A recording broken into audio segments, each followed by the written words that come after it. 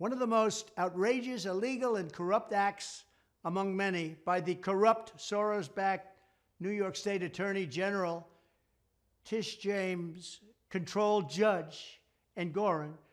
He's controlled by Tish James, which is a horrible thing because she's bad news and everybody knows it.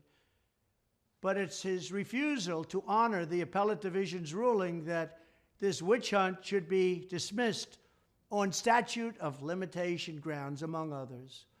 Not only did I do nothing wrong, great financial statements, it all came due and all came up during the trial. My statements are great, much better than anyone had any idea. Much, they're great. The expert witness said among the greatest financial statements he's ever seen. So the statements were great. There were no damages to anybody. There were no victims. The banks were happy. Think of it. I had a bank.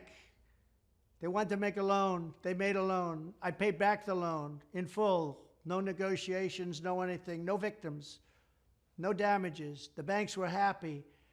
But the whole hoax should have been ended long before this pathetic excuse for a trial ever started. So you borrow money, you pay back the money, and you get sued by essentially the DOJ because they'll do anything.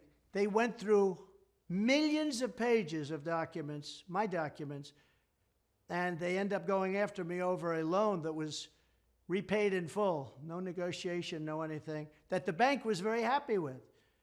It's a fix. It's a rigged system. Engoron, the judge, shockingly refused to follow the express orders of the highly respected Appellate Division in New York State, where we overwhelmingly won. The case is over. Such disrespect for an appeals court, the job of which is to protect New Yorkers from a runaway judge like perhaps Engoron, is unheard of in our country and smacks of banana republics and third world countries. Those tactics employed by crooked Joe Biden's other henchmen and people like deranged Jack Smith, who was brought in to try and get Trump, but he's not doing so well.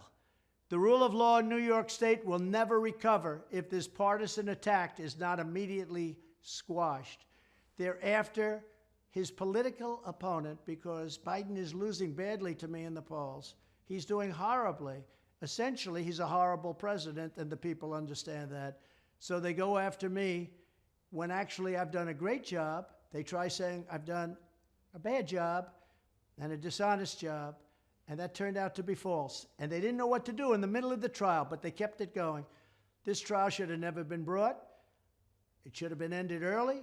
It should have gone to the commercial division like all other cases, but the judge, who's a Trump hater, refused to let it go. He refused under any circumstances to let it go. He had no victims. The banks testified. They were happy. They didn't even know what they were doing there. They got back all of their money. They got back all of their interest.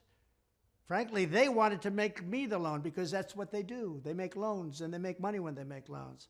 And this was a great loan for them, and they acknowledged that at the trial.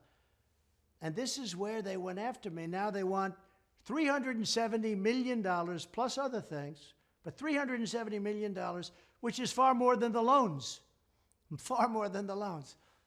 They were perfect loans. The banker said, I wish we had all our loans like this. They ought to focus on violent crime in New York because it's driving people out of the state, and leave people that pay millions and millions of dollars in taxes alone. Thank you very much.